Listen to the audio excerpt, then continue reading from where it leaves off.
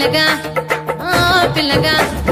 ఓ పిల్లగా వెంకటేశు చూడకపోతుంటావో కానకపోతుంటావో నా పిల్లగా వెంకటేశు చూడకపోతుంటావో కానకపోతుంటావో